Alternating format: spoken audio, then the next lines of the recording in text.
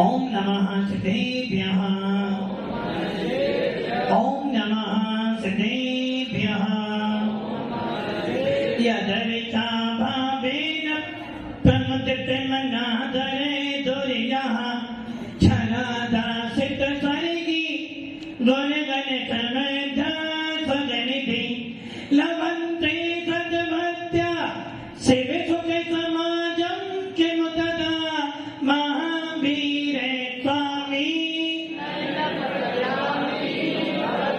महावीर स्वामी महावीर स्वामी गुरुमहापंचनो नित्यं ज्ञान दर्शन नाहिका चारित्राणं गंभीरा मोक्षे मार्ग उपदेशिका पंच परमेश्वरी भगवान की एक राधिनाथ भगवान की अंतिम सतपति भगवान महावीर स्वामी की आचार्य श्री मुक्त भगवंत की आचार्य श्री विमल सागर जी महाराज की आचार्य गुरुदेव सरस्वती सागर जी महाराज की 3 कम 9 करोड़ मुनि राजों की द्वादशांजन वाली माता की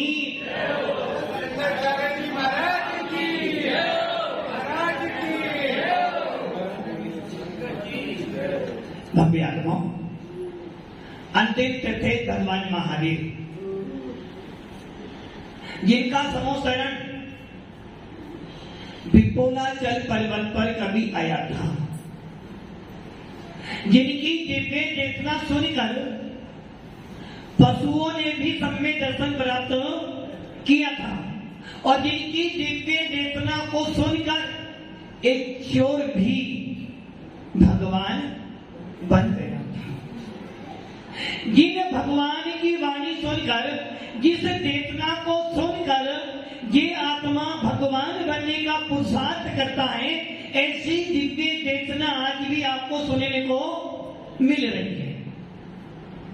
किंतु आचार्य भगवंत वीर सेन स्वामी अपने धवला पुस्तक में कह रहे हैं 17 प्रकार के श्रोता होते हैं।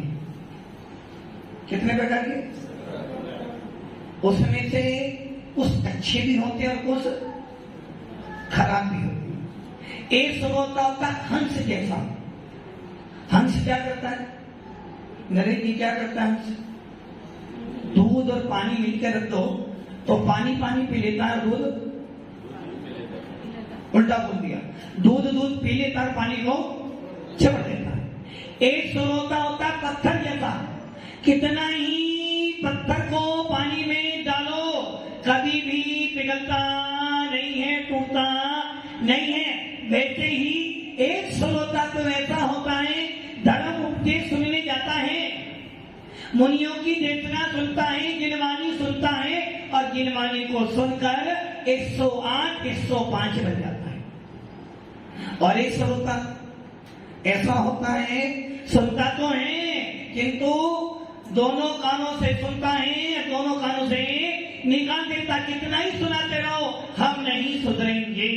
दुनिया चाहे बदल जाए किंतु हम बदलने वाले हैं। इसलिए ये ध्यान रखना, ऐसा श्रोता अपना समय का बर्बाद करना है और कुछ। और ये श्रोता होता है भैंस जैसा। भैंस क्या करती है? भैंस क्या करती है? पानी में बैठती तो है किंतु पानी ना तो पीती और ना ही। मंत्री जी अजय कुमार जी ना तो पीती और नहीं पीने देती है, गंदा और करती है गंदा पानी काम में। वैसे क्यों श्रोता ना स्वयं सुनता है, ना सुनने देता और बाहर जाकर निंदा करता, समझना वो भैंस जैसा है। अब ताली में बजाना वरना तुम्हारे ऊपर आ जाएगा। आप कैसे श्रोता हो? भैंस जैसे हो, पत्थर जैसे हो या हंस जैसे हो? चैनपुर जी कौन से हो?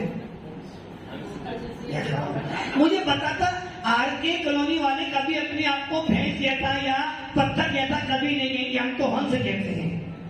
भव्य आपको वास्तव में श्रोता ऐसा ही होना चाहिए। यदि किसी साधु के प्रवचन में तुम्हें कोई विषय समझ में नहीं आया है तो आपका कर्तव्य क्या है? अभी बाहर जाके कोई साधु के प्रवचन की निंदा भी करना हो तो तुमको क्या कहना चाहिए? भैया अरे जो महाराज ने अच्छी अच्छी बातें बोली थी उसे ग्रहण कर ले तो तू हंस जैसा श्रोता बन जाएगा।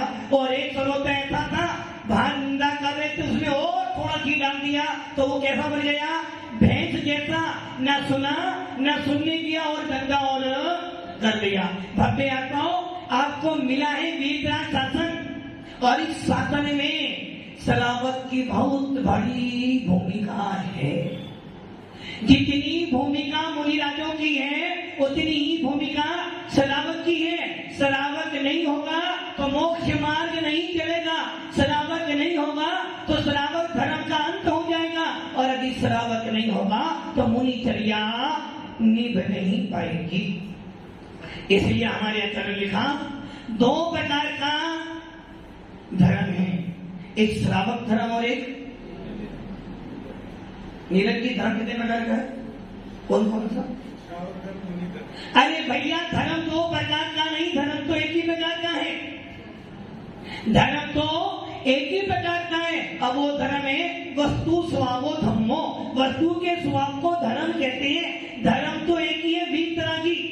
वीतराग शासन एक है किंतु उसको पालन करने वाले 2 हैं, एक श्रावक और एक साधु। जो श्रावक पालन करता है उसे श्रावक धर्म कह देते हैं, और जो मुनि पालन करते हैं उसे समण धर्म कहते हैं।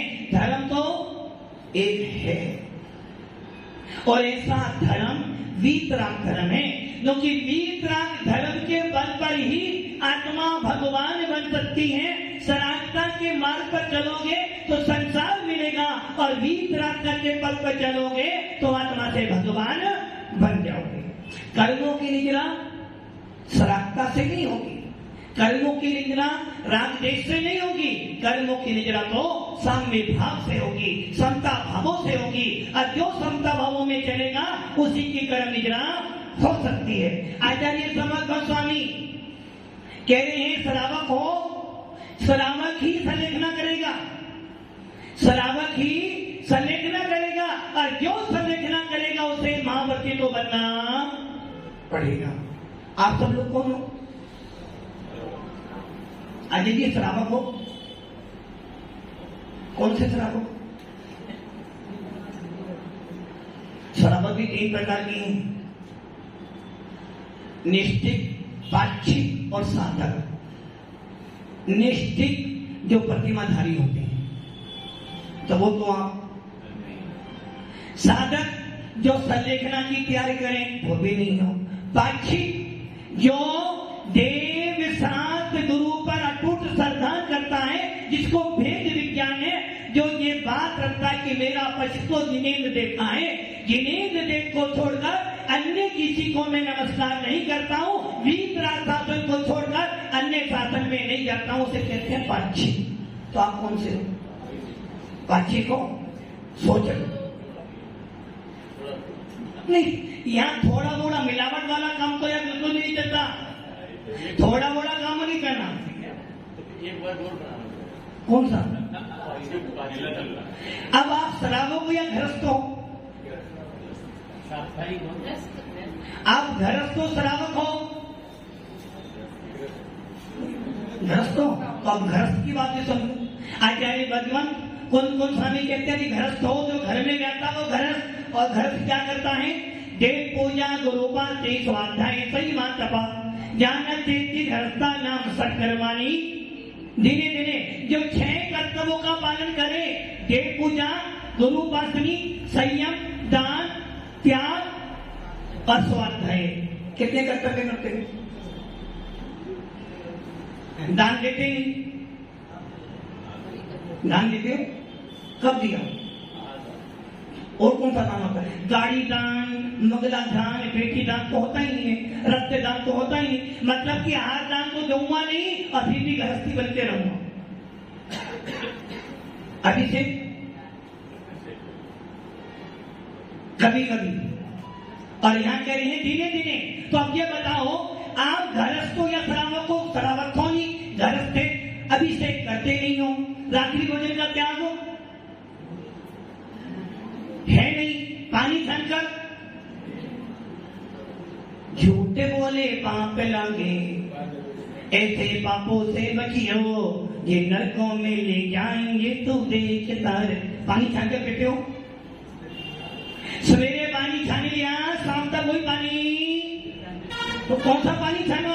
पानी छानते नहीं हो, रात में खाते हो, अभिषेक करते नहीं हो, दान देते नहीं हो, स्वाध्याय करते नहीं हो और तब करते नहीं हो, फिर भी हम घरस्थ। अब बताओ, आचार्य भगवंत कह रही है मात्र नाम के ज्ञान हो, और जो नाम का ज्ञान है, अरे कोई बात नहीं, नाम का ज्ञान तो बना, जब जब भी नमोकार मंत्र बोलेगा एक बार तो अर्थों की याद आएगी। इसलिए आचार्य समर्थवत स्वामी कह रहे हैं सलेखना श्रावक करेगा, और श्रावक को जो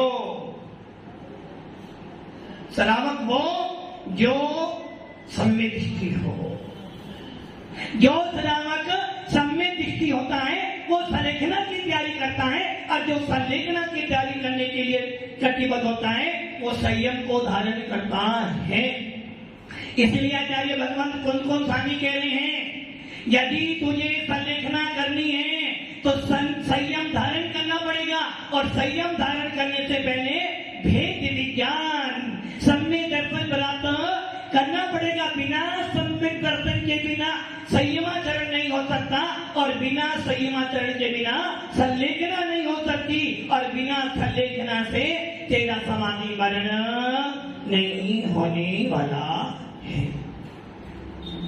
इसलिए आचार्य सम्मत गोस्वामी लिखा था उपसर्गे दुर्भिक्षे जलसे रुजायम क्या निष्पत्ति कार्य धर्माई तनु विमोचन माहो सलेखना मारिया।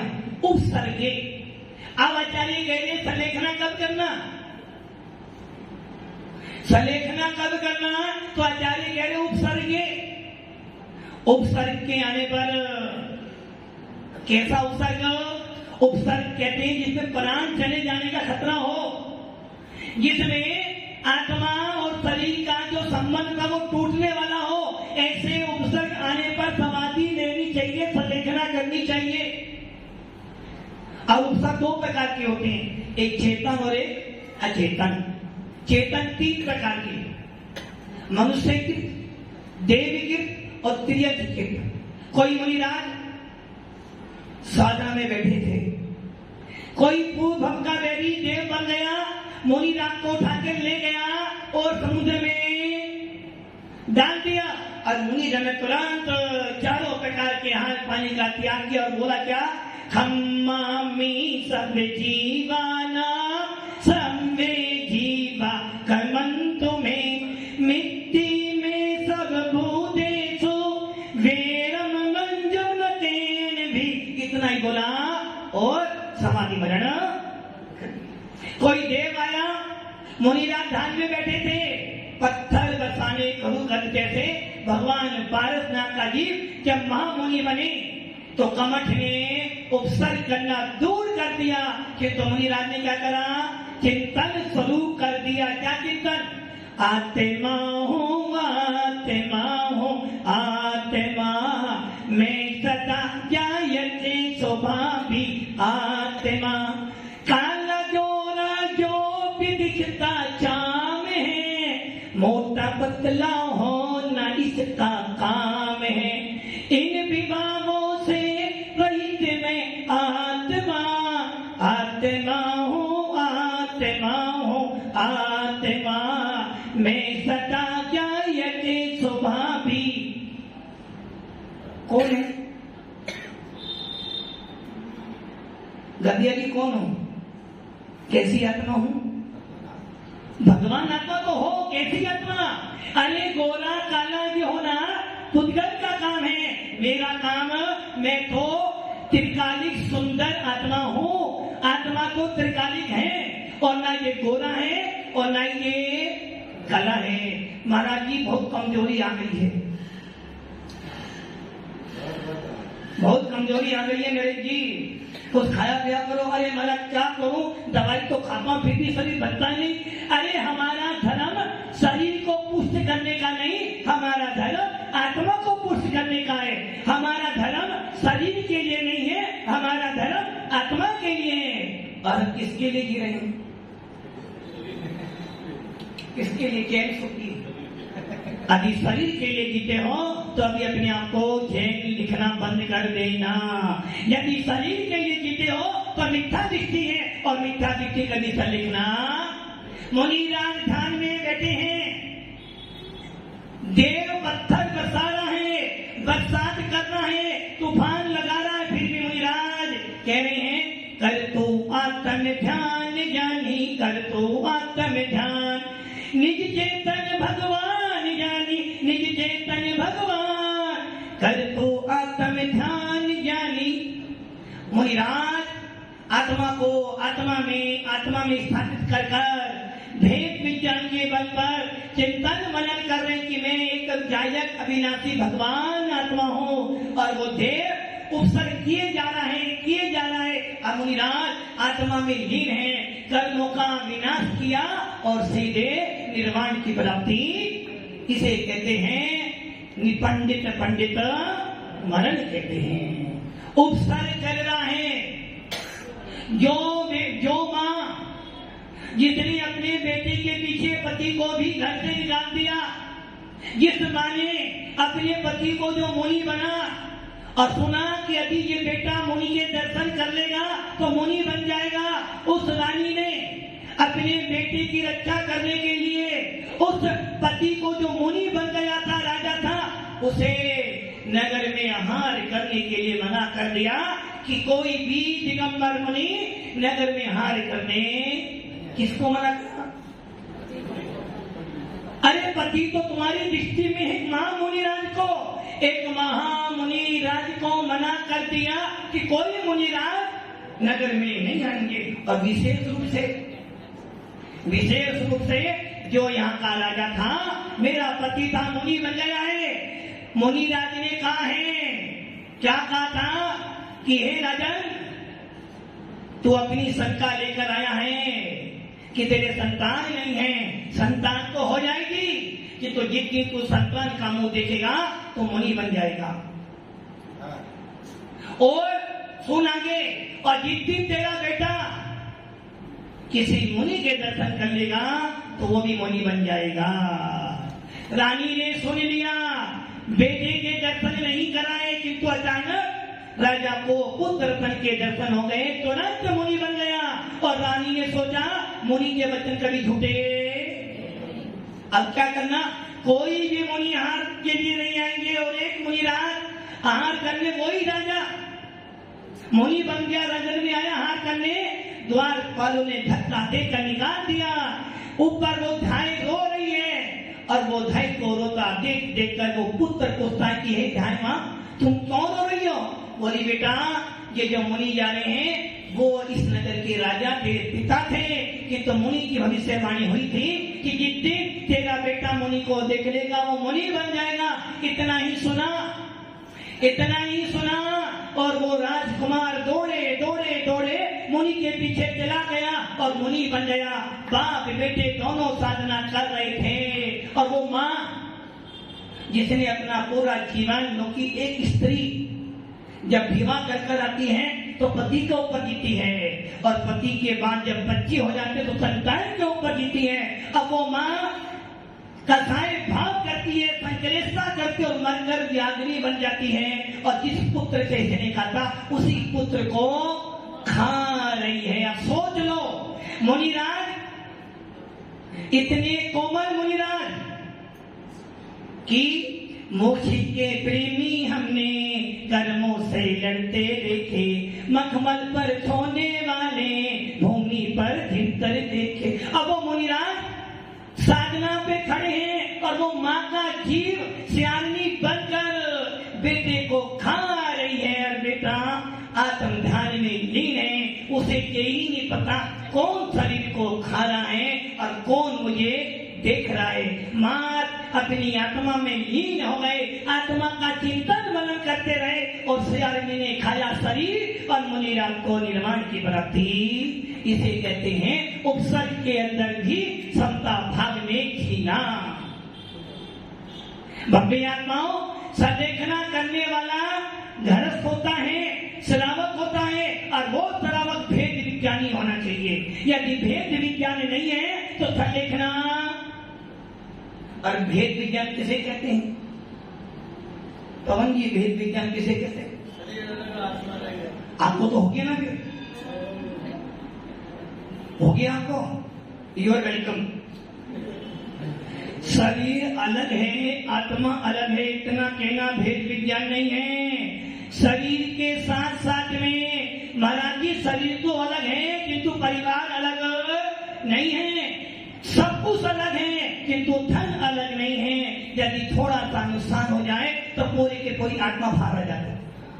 अरे भैया, जब ये शरीर जो तेरे साथ में हमेशा रहता है वो तेरा नहीं है, तो जो प्रत्यक्ष में अलग दिखाई दे रहा है, पत्नी अलग दिखाई दे रही है, बच्चे अलग दिखाई दे रही है, गाड़ी लाड़ी दौलत सब अलग दिखाई दे रही है, किंतु तू ऐसा मूर्ख है कि इनको अलग नहीं मानता है। ये भेद विज्ञान नहीं है। भेद विज्ञान का मतलब है आत्मा का आनंद। भेद विज्ञान का अर्थ है कि नींद देख को देखकर आंखों में प्रसन्नता आ जाना। भेद विज्ञान का मतलब है मुनियों को देखकर आत्मा में आनंद आना। और भेद विज्ञान का मतलब है जिनवानी सुनते सुनते ऐसा आनंद आना कि बस अब तो ऐसा काम करूंगा कि दोबारा जन्म ना लेना पड़े। भेद विज्ञानी की चर्चा करते हुए समय 7 से लेकर 6 डाला तक आचार्य कह रहे हैं जितने एक बार भेद विज्ञान बराब कर लिया, जितने एक बार सम्यक दर्शन बराब कर लिया, जितने एक बार देवता गुरु के प्रति अटूट श्रद्धा उत्पन्न कर ली, वो जीव अर्ध कुंतल प्रवर्तन काल में मोक्ष प्राप्त। जितने लोग यहाँ बैठे हैं आपको सम्यक दर्शन है?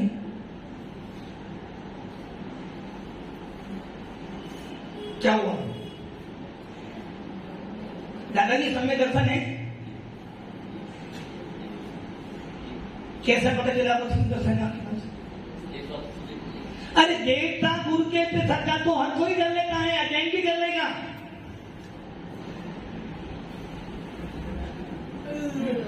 आपको सम्यक दृष्टि हो कैसे पता चले? देवता महाराज जी डेली मंदिर रखता हूँ, अभिषेक करता हूँ, पूजन करता हूँ, दान देता हूँ, ये क्रियाकांड सम्यक दर्शन नहीं है। सम्यक दर्शन का मतलब देवता गुरु की भक्ति करना नहीं है। हाँ भैया, सुनो भैया, भेद विज्ञान होंगे। अरे महाराज कल ही तो महाराज के पास गया था, भेद विज्ञान तो होंगे। अरे ये भेद विज्ञान नहीं। भेद विज्ञान का मतलब है अपनी आत्मा से मिथ्यात्व का विनाश करना, अपनी आत्मा को जानना कि मैं भी भगवान बनने की पात्रता रखता हूँ, मेरे अंदर भी केवल ज्ञान प्राप्त करने की योग्यता है। और जब कोई मुनिराज दे जाए तो नमो लोए सर्वे सामूहिक। आचार्य भगवान कह रहे हैं जिसके पास भेद विज्ञान होगा वो ही संवेदना कर सकता है, वो ही निर्माण को प्राप्त हो। इसलिए कौन कौन समय लिखा? दर्शन भट्टा भट्टा दर्शन भट्टे से नथि निर्माणम सिद्धंती के लिए भट्टा दर्शन भट्टा ना सिद्धंती। आचार्य भगवान अपने अष्ट पौड़ के दर्शन पौड़ में 18 नंबर की गाथा में कह रहे हैं जीव शासन में 3 चिन्ह हैं। कितने चिन्ह हैं? राजस्थान में कितनी पार्टी है नरेंद्र जी? राजस्थान में कितनी पार्टी है? कितनी पार्टी है?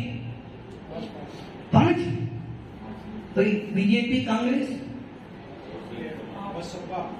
सपा भी है, भाजपा भी है और आम पार्टी भी है। निर्दलीय बहुत है, लेकिन मेन पार्टी तो 2 ही है। लड़ाई तो 2 के बीच में चल रही है।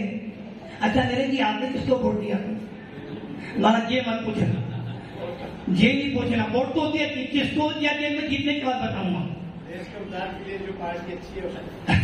अब आप ये सोचो कि आचार्य भगवंत कह रहे हैं जिस प्रकार आपके भारत में पार्टियां बहुत सारी हैं, किंतु भगवंत कह रहे हैं कि जिन शासन में चीनी पार्टियां हैं। अब बोलो महाराज यहाँ भी पार्टी चल रही है। भाई यहाँ भी लोकतंत्र है, जैन शासन भी लोकतंत्र से चलता है। यहाँ भी पीएम सीएम एमएलए सब है। पीएम हमारे भगवान रहते हैं और सीएम हमारे आचार्य भगवंत हैं और साधु हमारे सारे लोकसभा के सांसद हैं। अब वोट कौन डालेगा? ये एमएलए। अरे भैया, कपड़े वालों को एमएलए बना दोगे तो गड़बड़ी हो जाएगी। एमएलए बनाओ इन माता जी लोगों को। और ब्रह्मचारी को वोट डालने वाले हैं। अब आप ये सोच लो आचार्य कौन कौन से हैं। भगवान महावीर के शासन में 3 चिन्ह हैं, 3 चिन्ह, 3 पात्र हैं। एक होते हैं निगंत मुनि, दर्शन कोड की नंबर गाथा नंबर 18। पहला दिन जिनका है मुनियों का, दूसरा दिन जिनका है आरिकाओं का, और तीसरा दिन है क्षुल्लक और एलक का उत्कृष्ट श्रावक। ये तीनों लिंगधारी समाधि मरण करने के अधिकारी हैं। अब आचार्य भगवत बोध भी कह रहे हैं। छल्लो को क्या बोलते हो नरेश? अजय जी क्या बोलोगे छल्लो जी को? छल्लो जी को कैसे नमस्ते बोलोगे? इच्छा नहीं मतलब क्या की इच्छा करते हो? तो बनो ना, किसने मना करा था? इच्छा नहीं का होता है इच्छा करता हूं। किसकी इच्छा करता हूं? मैं आप जैसे बनने की इच्छा करता हूं। और छुल्लक कह रहे हैं महाराज की इच्छा में, छुल्लक जी हमें कह रहे हैं छामी महाराज नहीं बोल सकते क्या? मेरे की क्या बोल रहे हैं? हमें छामी नहीं बोल सकते। अरे भैया आप जब सिद्ध भक्ति पढ़ते हो इच्छामी बनते, इच्छामी बनते, सिद्ध भक्ति पढ़ते हो ना, सबसे पहले इच्छामी बनते, सिद्ध भक्ति कौ इच्छामी बनते। ए भगवान बनते मैंने, ए भगवंत मैं आपके पद की इच्छा करता हूं। अंचेमी पूजेमी बंदामी नमस्वामी दुख खो कम खो वो ही लाओ सुई गमन समाही मन जिन तुम संपत्ति हो। बंदामी किसे बोलते हैं? अजी की। और महाराज को नहीं बोलते ना। और सिद्ध भक्ति में क्या कह रहे हो? अंचेमी पूजेमी बंदामी नमस्वामी, बंदामी मैं आपकी वंदना करता हूँ, नमस्वामी मैं आपको नमस्कार करता हूँ। इसलिए श्रावक सिद्धों को भी इच्छामी बोल सकता है, अनंतों को भी इच्छामी बोल सकता है, छुल्लक कैलक को इच्छामी बोल सकता है, आदिका को भी। क्या आप मत बोलना इच्छामी बनना, फिर माता जी बनना पड़ेगा। अजय जी क्या बोलोगे? इच्छामी बोलोगे? क्यों नहीं बोलोगे? क्या बताया मैंने? आज तो इच्छामी मतलब इच्छा करता हूं, तो क्या आप माता जी बनने की इच्छा नहीं करते? अरे महाराज मैं महाराज बनूं, माता जी बनूंगा ही नहीं। इसलिए इच्छामी का अर्थ होता मैं आपके पद की इच्छा करता हूं। मुनि राम को बोलो हे भगवान इच्छामी, मैं आपके पद की इच्छा करता हूं। महाराज जी बंदामी नहीं, ये तो माता को बोलते। अरे महाराज जी बंदामी मैं आपकी वंदना करता हूं। इसलिए जब महाराज हार पे जाए तो क्या बोलोगे? हे स्वामी बंदामी बंदामी बंदामी नहीं बोलो। क्यों नहीं बोलोगे भाई? क्या बात आ रही? वो सब तो माता जी के लिए बंदामी, माता क्यों बोलना? इच्छामी छुल्लक को बोला नमस्तु। अरे भैया ये तो हमने प्रचलन कर दिया है। वास्तव में हर पद हर किसी को बोला जा सकता है। जब एक मुनिराज सिद्ध भक्ति में सिद्धों को इच्छामी कर रहा है, बदनामी कर रहा है, तो आप तो बहुत छोटे हो, सिद्धवान तो बहुत। एक एक शब्द के अनेक अर्थ होते हैं। तो वर्तमान काल में ये प्रचलन बढ़ गया है। इच्छामी छुल्लक को, बंदामी माता जी को नमस्तु, शासन जीवंत हो तो मुनिराज को नमस्तु बोला जाता है। इसलिए आचार्य कौन कौन स्वामी कह रहे हैं? 3 पद है हमारे जैन शासन में, 3 चिन्ह। पहला निर्गंथों का, दूसरा आरिकाओं का, और तीसरा छुल्लक एलक का। और अगली बात आचार्य भगवान कह रहे हैं, बहुत जोरदार बात कह रहे हैं कि स्त्रियों को संयम नहीं होता है।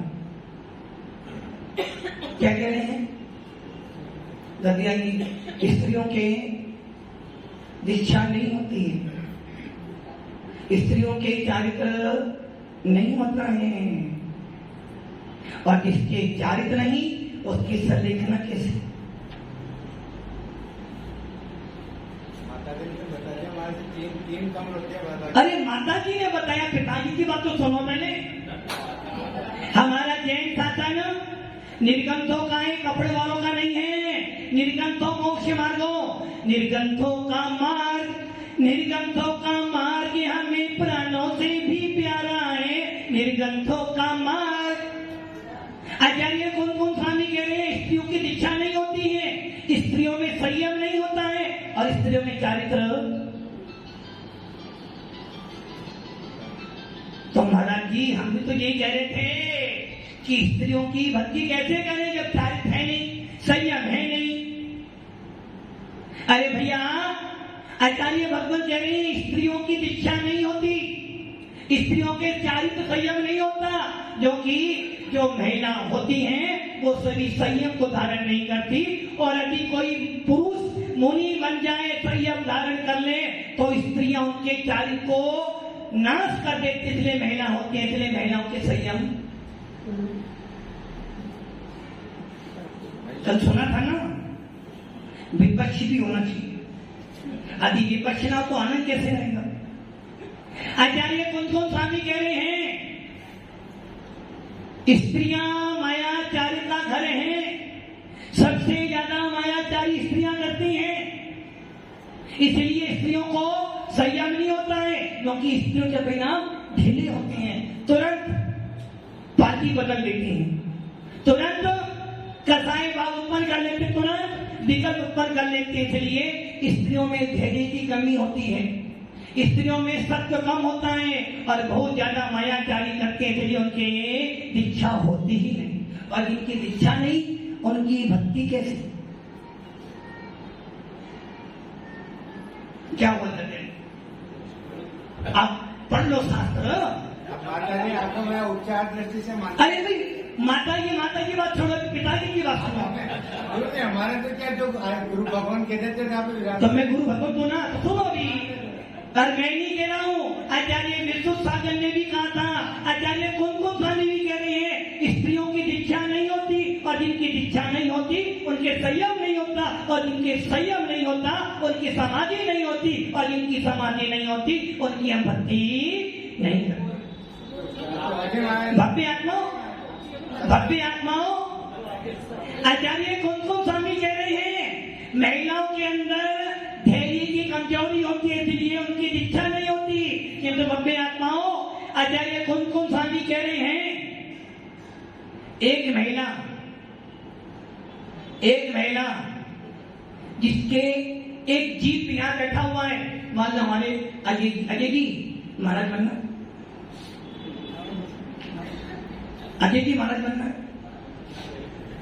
अरे महाराज गर्मी बहुत पड़ी, क्या महाराज ये ध्यान रखना, जब से पुरुष वेद लेकर बैठे हैं किंतु संयम के भाव नहीं बन रहे, तो हो सकता है बाहर से तो पुरुष अंदर से महिला है, स्त्री वेदी है, क्योंकि स्त्री वेदी के भाव संयम धारण करने के नहीं बनते।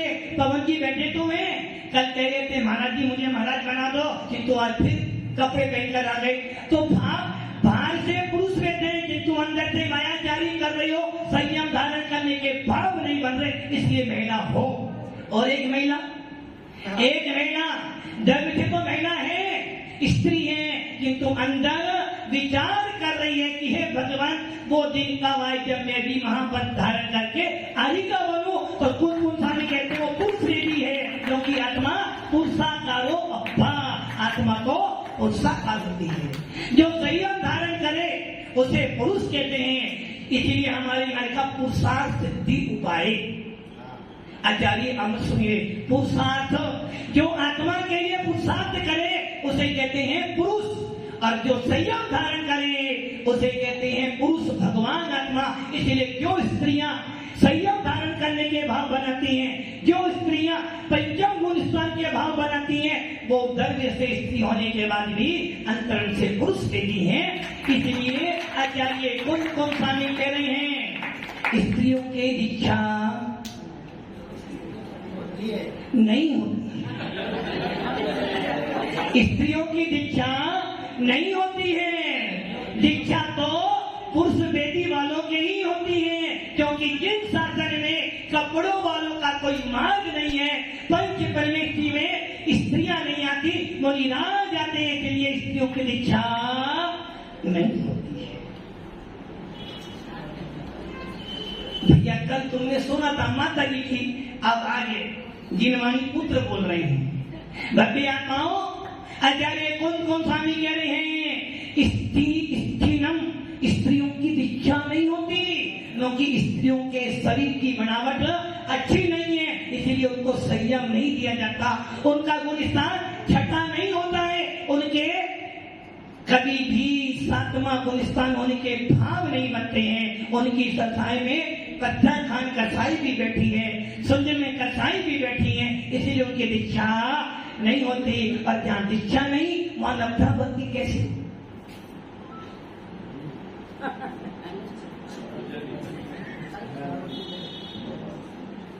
अरे भैया कौन स्वामी अपने प्रवचन सार में, अष्ट पाउर में, समय सार में लिख रहे हैं कि निर्गंतों का मार्ग है, कपड़ों वालों का मार्ग नहीं है, इसलिए स्त्रियों की दीक्षा नहीं होती, क्योंकि स्त्रियों का गुणस्थान छठा हो नहीं सकता, हो नहीं सकता, मोक्ष जा नहीं सकती, शैली चढ़ नहीं सकती, तो दीक्षा होती नहीं, और जिसकी दीक्षा नहीं होती उसकी नम्रता भक्ति कैसे करें? खुलासा कर देना पूरा। जदिया जी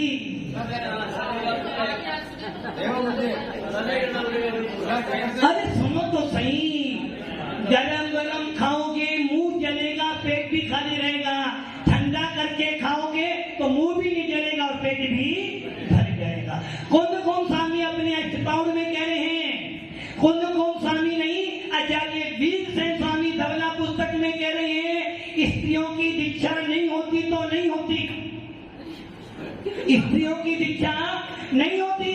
अरे भैया स्त्रियों की यदि दीक्षा हो जाएगी तो स्त्रियों का गुणस्थान कभी छठा होने वाला नहीं, और जहाँ स्त्रियां होती हैं वहीं पे महाभारत।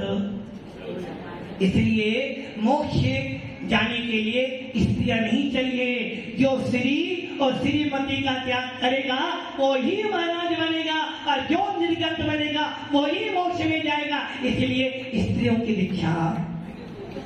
भव्य आत्माओं, आचार्य कौन स्वामी अपने अष्टपाउर में और प्रवचन सार में कह रहे हैं स्त्रियों की दीक्षा नहीं होती, ये बात सत्य है, और मैं नहीं कह रहा, पूरा हिंदुस्तान के साधु कहेंगे स्त्रियों की दीक्षा नहीं होती। किंतु भव्य आत्माओं, इतनी जल्दी हार भी नहीं मान लेना, आज स्त्रियों की दीक्षा नहीं होती, ये बात सत्य है, किंतु कौन सी दीक्षा नहीं होती? निर्गंत दीक्षा नहीं होती।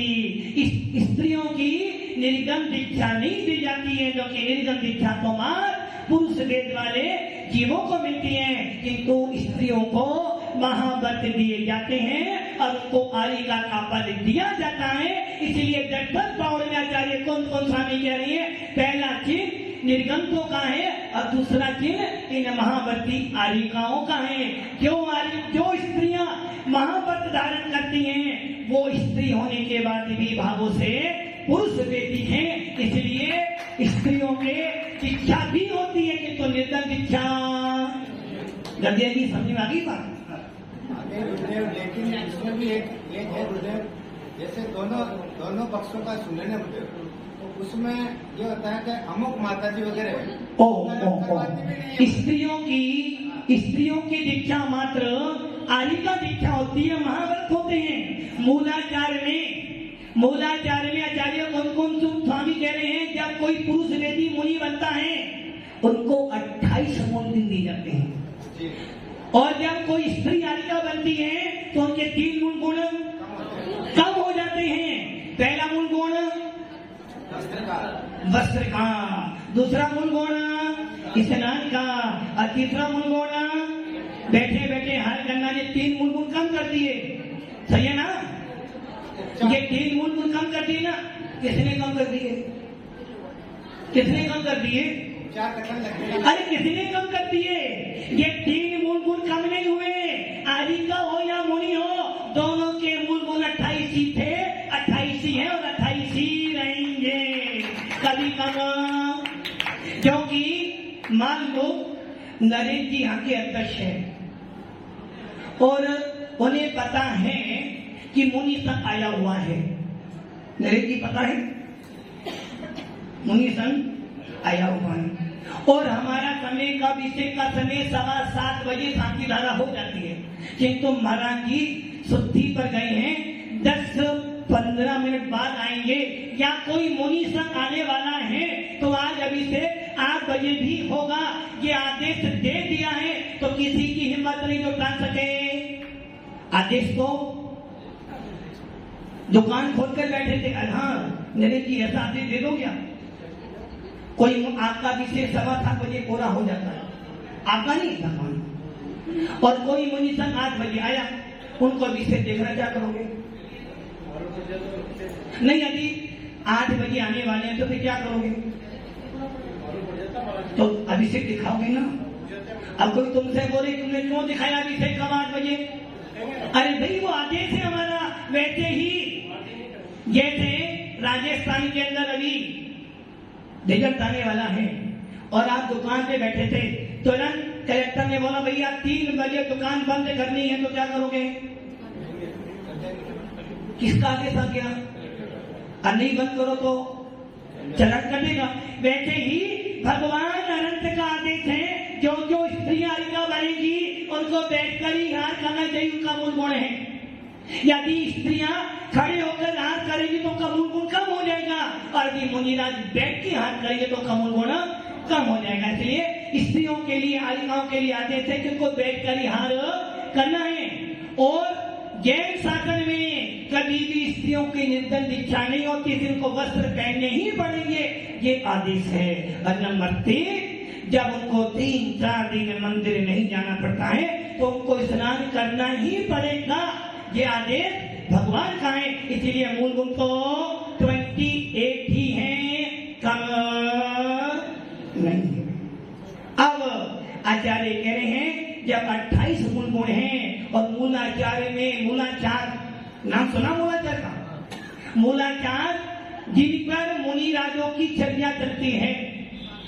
मूलाचार का मूलाचार मतलब मूलाचार उन मुनियों के लिए, उन त्यागी वर्तियों के लिए जो महावर्ती बन गए हैं, उस मूलाचार के अनुसार अपनी चर्या करते हैं। और मूलाचार कहता है जैसी समाचारी, जैसे 28 कीर्तिकर्म मुनि के होते हैं उतने ही कीर्तिकर्म आलिकाओं के होते हैं।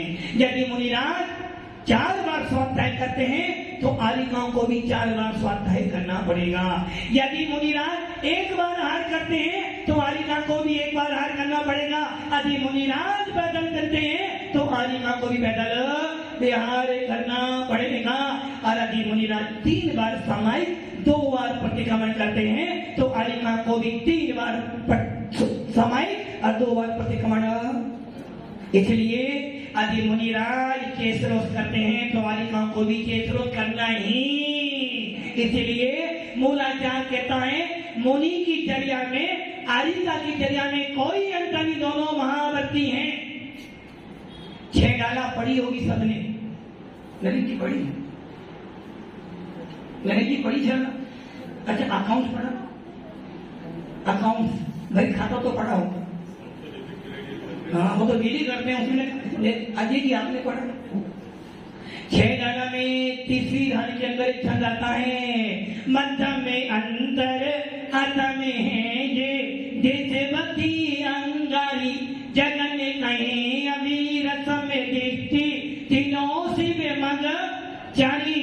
अरे भैया मुनि और आलिका दोनों मध्यम अंतर आत्मा है, बस इतना अंतर है कि हमारा गुणस्थान 6ठा 7वां है, उनका गुणस्थान 5वां है। और ये आलिकाएं भी सलेखना मरण कर कर स्वर्गों में देव हो सकती है और वहां के आने के बाद मुनि बनकर मोक्ष जा सकती है। इसलिए आचार्य समर्थ भट्ट स्वामी कहते हैं आलिका हो या मुनि हो महावर्ती हैं तो आपको उनकी नब्धा भक्ति पूर्वक हाथ देना ही पड़ेगा। अब तुमको 7 कर लो, 5 कर लो, 3 कर लो तो ये आगाम आपके लिए हो सकता है। जिनिक देव की वाणी ऐसी नहीं है भैया, सम्यक दृष्टि हो।